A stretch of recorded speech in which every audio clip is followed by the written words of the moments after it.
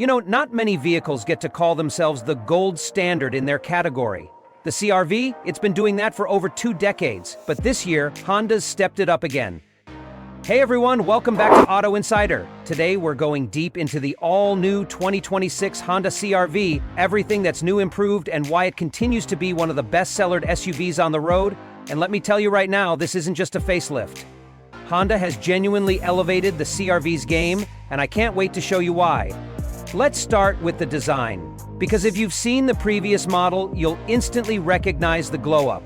The 2026 CR-V looks stronger, bolder, and more upscale. No longer just the sensible family car, but something you're actually proud to park in your driveway. It's got a broader front end, a redesigned grille with gloss-back accents, and slim LED headlights that wrap into the fenders. There's a sporty edge to the whole look. The lines running down the sides are flatter and sharper now, giving it that planted, wide-body stance. Honda also reshaped the lower bumper and air intakes to boost aerodynamics and visual appeal. Depending on the trim, you'll get up to 19-inch alloy wheels. Those are standard on the Sport Touring, and they fill the arches perfectly. Around back, the iconic vertical tail lamps return, but with a more modern LED signature and smoked lenses. A roof spoiler and dual chrome or black exhaust tips finish off the rear profile with a sleek, confident vibe. Overall, the CR-V has evolved from friendly suburban ride to something far more premium-looking, while still keeping that welcoming everyday usability. Step inside and it gets even better. Honda's latest interior philosophy is all about clean lines, practicality, and upscale materials, and the CR-V delivers across the board. One of the first things you'll notice is the full mid-honeycomb mesh vent design that stretches across the dashboard. It's both modern and subtle, and it gives the cabin a nice visual width. There's a 7-inch digital instrument cluster on the lower trims, but go up to the EXL or Sport Touring and you get a full 10.2-inch digital display that's bright, easy to read, and customizable. The infotainment screen also gets a big upgrade. The base model gives you a 7-inch touchscreen, but most trims now feature a 9-inch unit that's not only sharper and more responsive, it also supports wireless Apple CarPlay and Android Auto. One of the best decisions Honda made this year was keeping physical controls for volume and climate. No digging through sub-menace, no hunting for touch-sensitive sliders, just easy-to-use, old-school knobs, right where you want them. The front seats are newly redesigned with more bolstering, firmer support, and a longer cushion for better leg comfort. Heated seats come standard on most trims, and ventilation is available on higher models. The materials, stitching, and trim pieces feel noticeably better than last year. Not quite luxury level, but definitely pushing toward premium. Rear passengers are not left out either. You get nearly 41 inches of legroom, which puts the CR-V at the top of its class. Plus, the seats recline for those longer road trips.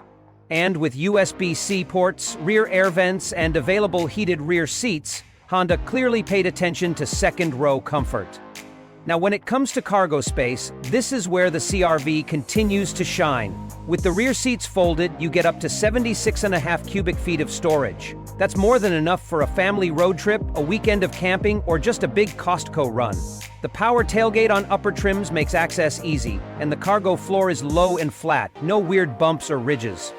And for those who love their music, the Sport Touring trim gets a 12-speaker Bose premium audio system that fills the cabin beautifully. Crisp highs, clean mids, and surprisingly punchy bass. It's honestly one of the best stock systems Honda's ever put in a CR-V. Now, let's talk performance. There are 2 engine options for 2026, and each caters to a different kind of driver. First, the standard engine, a 1.5-liter turbocharged 4-cylinder that makes 190 horsepower and 179 lb-ft of torque. It's paired with a CVT and it's as smooth and quiet as ever. While it won't win drag races, it's ideal for everyday driving, especially if you're commuting or running errands around town. Fuel economy sits at around 30 mpg combined, which is still quite efficient for a gas-powered SUV. But if you want a little more punch, better mileage, and a quieter ride, the hybrid is the way to go. This one pairs a 2-liter engine with 2 electric motors for a combined output of 204 horsepower and 247 lb-ft of torque. That torque kicks in instantly, which makes city driving and highway merges feel effortless. And the best part? You're getting up to 40 mpg combined with a hybrid. That's not just good, that's class leading. Honda also tuned the hybrid's throttle, response, and steering for 2026, so it feels more natural and responsive behind the wheel. It uses an eCVT system that mimics gear changes, and the result is smooth, confident acceleration with no awkward drone. For most buyers, especially those who split their time between city streets and long weekend drives, the hybrid is going to be the sweet spot. Now, is the CR-V an off-roader? Not exactly, but don't underestimate it either.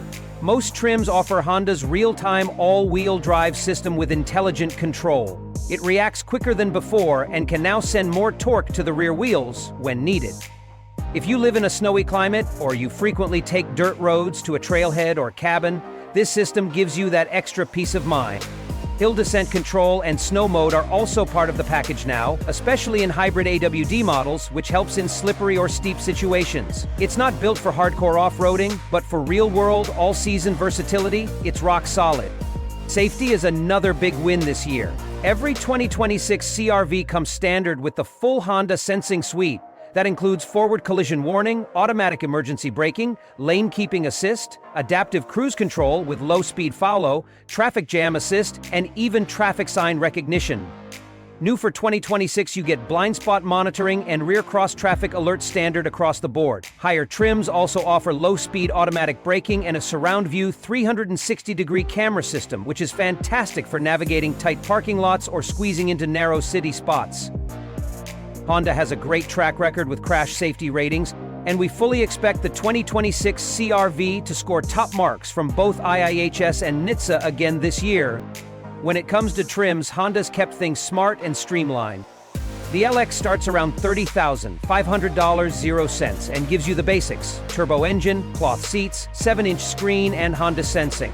The Sport trim comes in around $33,000 and adds sportier design elements, larger wheels, and remote start.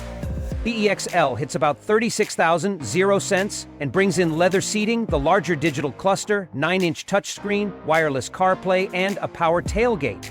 Then you've got the Sport L Hybrid, around $37,500. It blends the efficiency of the hybrid with all the goodies from the EXL. And at the top of the lineup, the Sport Touring Hybrid at $40,500, standard. AWD, Bose audio, wireless phone charging, premium trim all around. It's the full package. Honda's clearly steering buyers toward the hybrid trims, and honestly, it's hard not to recommend them.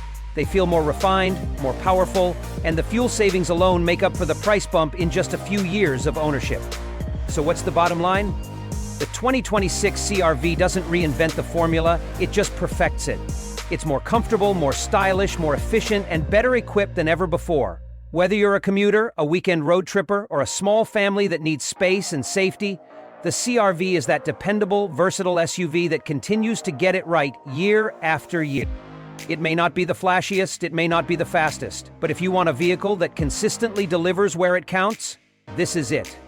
Thanks for sticking around for the full review here on Auto Insider. If you enjoyed the video, go ahead and like, subscribe, and drop a comment below. Are you leaning toward the hybrid, or would you stick with the turbo? And hey, next week's review is something totally different. Let's just say it's going to turn heads. Catch you in the next one.